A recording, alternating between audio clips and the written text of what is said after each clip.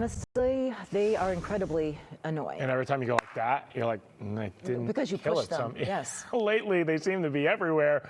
We're talking about fruit flies, and joining us to explain whether this is a seasonal surge here, or maybe this is just our imagination, and how do we get rid of these guys, it's entomologist PJ Liesch joining us. Hey, PJ. Hey, it's great to be here. Thanks for being here. Tell us the reality, because it does seem like in my kitchen, I'm like, what's going on this year with the fruit flies? Yeah, so not uncommon to hear of reports like this. I will say, based on the lab that I run here at UW-Madison, I get hundreds and really thousands of insect reports from across Wisconsin every year, and that allows me to help pick out some of the insect trends.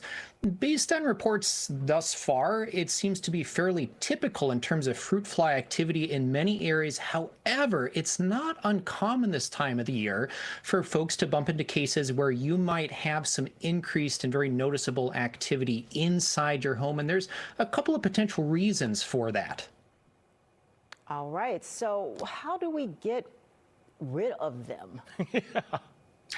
Yeah, great question. And that's the number one question that comes up related to fruit flies by far. And one of my first thoughts is to really check and make sure that it is a fruit fly. And the reason I say that is there's a number of other tiny insects that are active at the moment. And one thing related to our weather that comes into play potentially is we've been having some nice temperatures. And that means folks maybe have their windows open. That can allow fruit flies and other insects to come indoors. And if that is indeed the case, maybe doing some things like keeping those windows closed, or trying to reduce and minimize the number of lights that you have on after dark might help draw fewer in, and also check your window screens to make sure those are in good repair.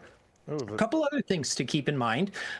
In general, they're called fruit flies, but really these insects are attracted to just about any sort of decomposing organic matter. Another name for them is vinegar flies. And so that means check your fruit, your produce, and also just general sanitation. If you have some cans in the recycling bin, that can be a common source for these as well.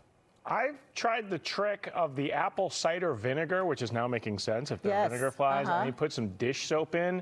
Does that actually work, or did someone just tell me to do that and they're playing a trick on me? Because it never seems to get rid of all of them. No, or they keep being born. Is that what's happening? Yeah, maybe I'm helping them. Yeah.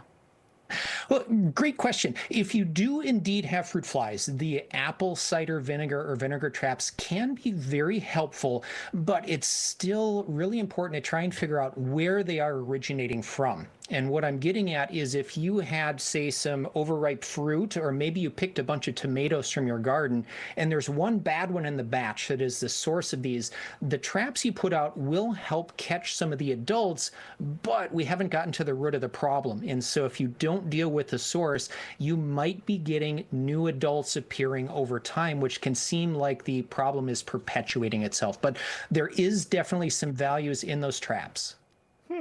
Good to know. I haven't been crazy. They always find a way to get inside, no matter what you do. They're so small. PJ, thank you so much for the insights, and hopefully we'll get rid of this problem sooner rather than later. Because winter will eventually get here. Winter Thanks, is coming. PJ. All right, Appreciate it.